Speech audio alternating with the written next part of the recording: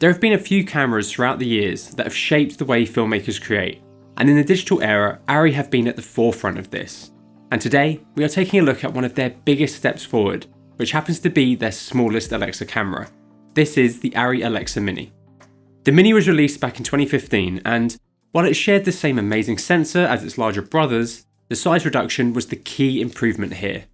Compared to the Mini, the original Alexa is a much larger, heavier camera, which means you need support equipment that can sit around it and support it. The Mini was aimed to be a more versatile and easier to handle camera than the full-size Alexas, and around this time, lightweight 3-axis gimbals were becoming all the rage in filmmaking, with the Movi M10 and M5 being released 2 years prior to the Mini. This boom and some competition from Red really helped drive even more demand for a smaller Alexa camera, and while ARRI were a touch late to the party, the Alexa Mini definitely delivered. When ARRI released this, I think they didn't realise how many different configurations that this would be used in versus a full-size Alexa. The Mini being the size it is meant that so many more productions could get the fantastic Alexa image quality, but without the need for massive support equipment like a dolly, massive tripod head or a stabilised head that could handle the weight of a fully rigged Alexa. This meant that production costs could stay down while still using Alexa. You can easily run the Mini stripped down, handheld, on the shoulder, on lighter smaller tripods, and of course, gimbals. The Alexa's image quality is still considered by many to be the industry standard, and the Alexa Mini has been chosen by so many different productions because of its blend of size, usability, and exceptional image quality. It uses ARRI's legendary Super 35 ALAV3 sensor, which allows you to capture in a 3.4K open gate mode, as well as a 2.8K 4x3 mode, which is great for anamorphic acquisition. The camera has a massive range of active image areas, as well as resolution options, which helps with just how versatile it is. You of course have open gate for when you want to reframe or deliver in a unique aspect ratio, and you can go all the way down to 2K crop modes if you want to use super 16mm lenses and recreate the look and feel of shooting 16mm film. It has the same excellent dynamic range and latitude performance, which is really only beaten now by ARRI's latest camera, the Alexa 35. It has a good looking noise profile, smooth highlight roll-off, and filmic colour reproduction that gives Alexa the look people lost after so much, and is one of the key reasons why so many filmmakers choose to shoot with ARRI cameras. The Alexa sensor is rated at ISO 800, has a decent readout speed, and has its dynamic range mapped 7 up and 7 down for a rated 14 stops. It has an EI range of 160 to 3200, and it isn't the best in low light compared to more modern sensors now, but it's by no means awful in this regard. The Mini can record in either ARRI RAW or a range of ProRes flavours, which covers most production's needs. It even has ProRes 4444, which is awesome to have. What maximum frame rate you can go up to depends on what format you are in, but the camera is limited compared to some other options on the market, but it will get the job done for most productions. When renting or buying a Mini, you'll have to check what licenses it has, as there are 3 optional ones that will change what you can shoot with the camera.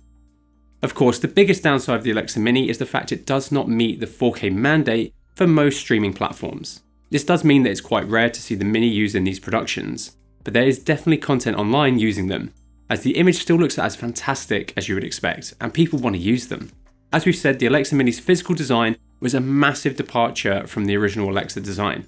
Its body is crafted from a mix of metal and carbon fibre and weighs just 2.3 kilograms, or roughly 5 pounds, with the normal PL mount, whereas the Alexa Classic weighs nearly 3 times that. The Mini's carbon fibre shell is part of what makes it so damn light. However, if damaged and needing to be replaced, it can be incredibly expensive.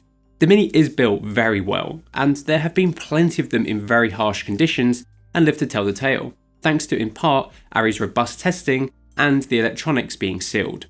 The camera has been designed very symmetrically.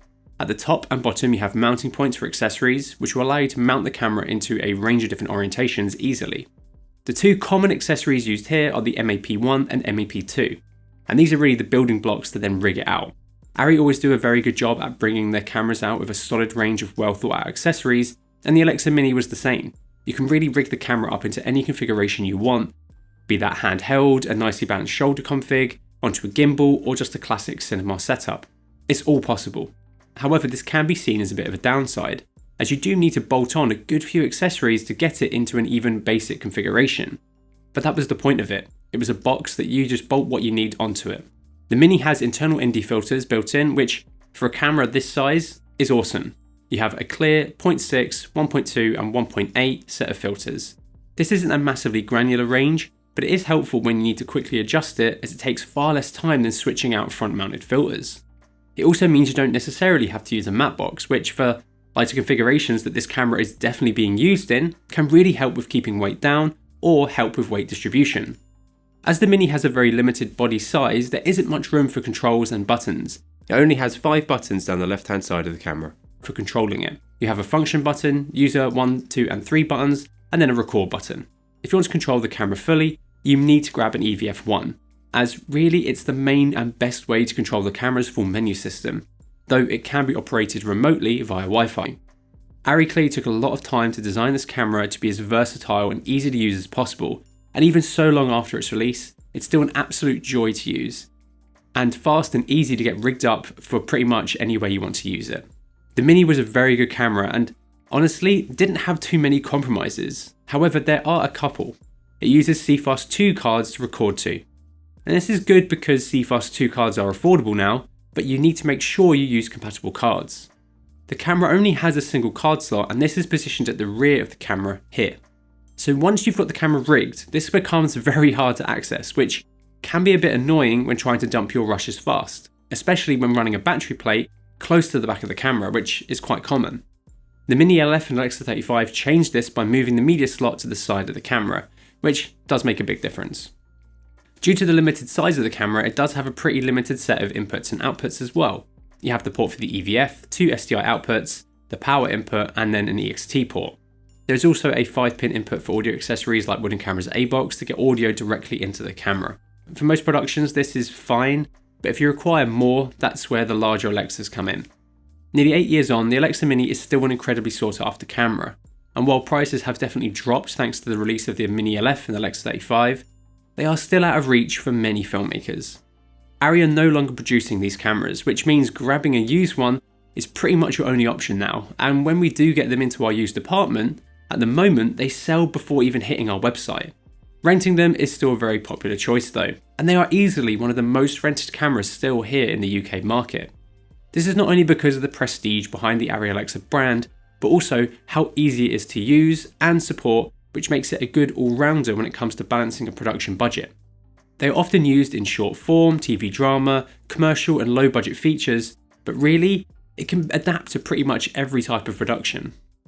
The Alexa 35 is the pinnacle of ARRI's imaging currently, but its price does increase its rental cost. While the Alexa Mini is limited by its upscaled 4K versus the rest of its competition, I can still see the Mini being very popular for years to come. If you have any more questions or thoughts about the Alexa Mini, let us know in the comments, and if you like the video, please give it a like, and maybe consider subscribing so you don't miss out on our awesome upcoming content, and thank you so much for watching.